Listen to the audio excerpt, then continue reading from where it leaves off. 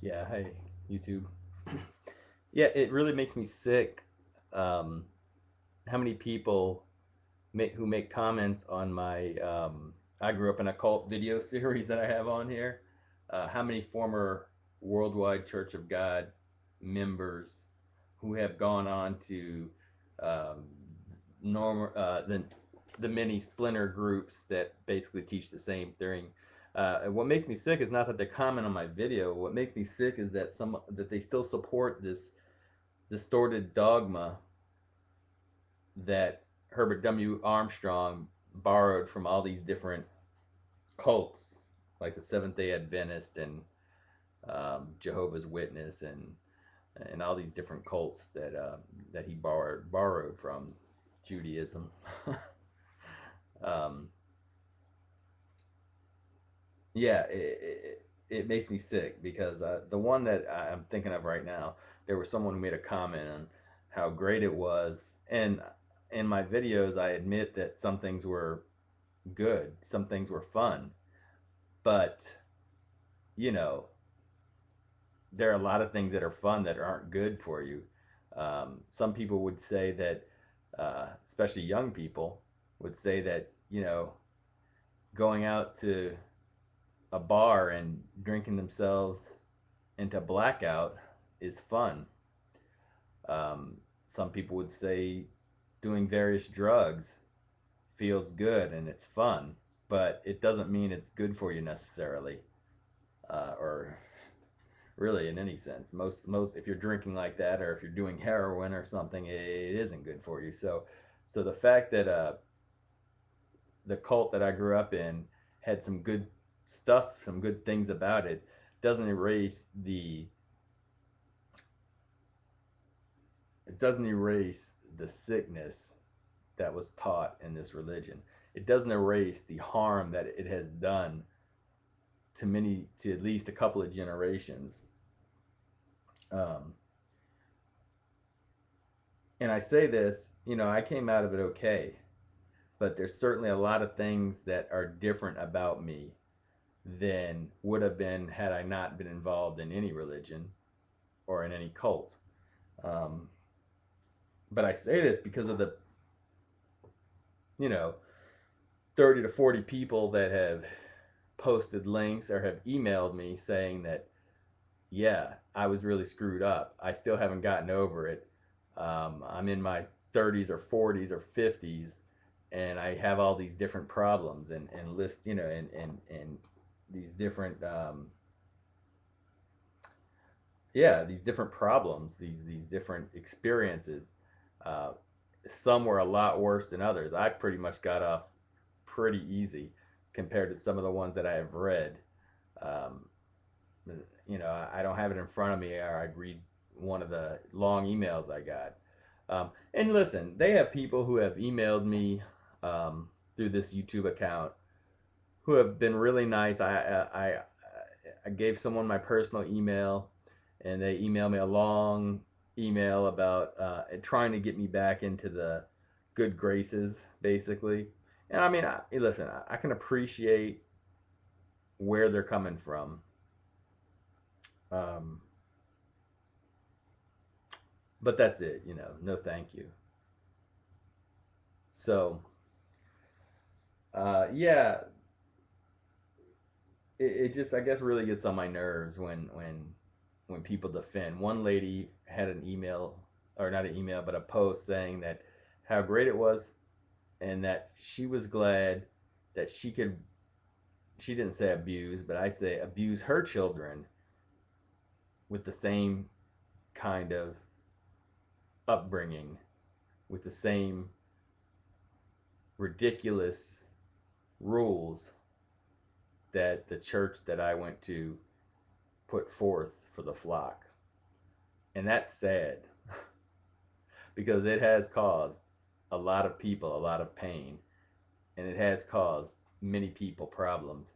One in particular post I got, or email, I can't remember, but saying that he couldn't, that all he remembers is he could never keep a job when he was in the church. He could never keep a job because of the strict legalistic rules that the cult taught, with all the different holy days, not to mention, uh, not working from sundown Friday to sundown Saturday, all the opportunities that were missed.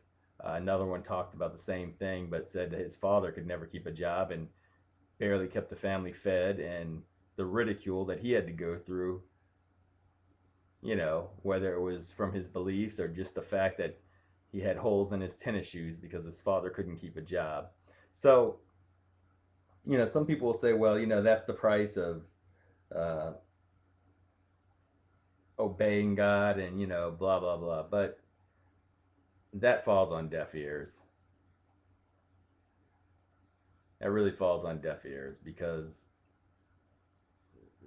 that whole legalistic view of the Bible, the majority of Christianity doesn't even believe in. And, it's all control, it's all mind control. And that's pretty much any religion. My father sent me an email, and the email said that the label on the email was the biggest scam in the history of the world. And it was an email about the Federal Reserve, which is really interesting. But I simply replied back, that's the second biggest scam in the history of the world. The biggest scam is organized religion. These groups take in billions and billions of tax-free dollars on a pipe dream. And the funny thing, I never forget, and this is another guy that should probably be prosecuted, well, no doubt should be prosecuted, that Robert Tilton. I think he's back on the air. Back in the early 90s, he sit there on TV and tell people, and a lot of people saw him, they know him as a farting preacher on YouTube, but he used to sit there and tell people to, yeah, just send me $5,000. And this is to poor people. I mean, these are poor people. Send me $5,000. I know you don't have it, but send it to me because you're going to get paid tenfold. And, these are people that, I mean, that is just sickening. And that's why these people that write on here defending Herbert W. Armstrong make me sick. Because that guy was living high on the hog, even though he supposedly didn't eat pork. I don't know if you could even say he didn't, because he supposedly told the flock not to go to the hospital. Uh, put your faith in God, don't go to the hospital. And yet uh, he was running to the hospital the first sign that he was going to be leaving this world. So, whether or not he ate pork, uh, the insiders will know that or not. So I don't know. It just makes me sick when I see people on here defending um, that horrible institution with that horrible dogma. Um, I don't know. Christianity and Islam are among the worst offenders, I believe, at least in modern today. But people will think that, oh well, I remember I heard someone mentioning how Christianity spread around the world by the tip of a spear, which is true, and many people think that that has stopped, but it hasn't. There's still radical Christians who are trying to spread the good word by the tip of a sword. Like I said in my last video, Palestine, perfect example of Israelis backed by radical Christians to take over Palestine at the tip of a sword to spread so their rapture will happen, and so this word will be known to the world and everybody will, live happily ever after. But it's just a joke. Just a joke. It just amazes me that, when we talk about people in the ancient world, how we think that, people would think back and say, oh, those people were just, they didn't have the knowledge, which they didn't. They didn't have the knowledge, and they were sort of backwards. But yet, with all the technology we have today and all the books, all the information at our fingertips, we still have people believing in mythology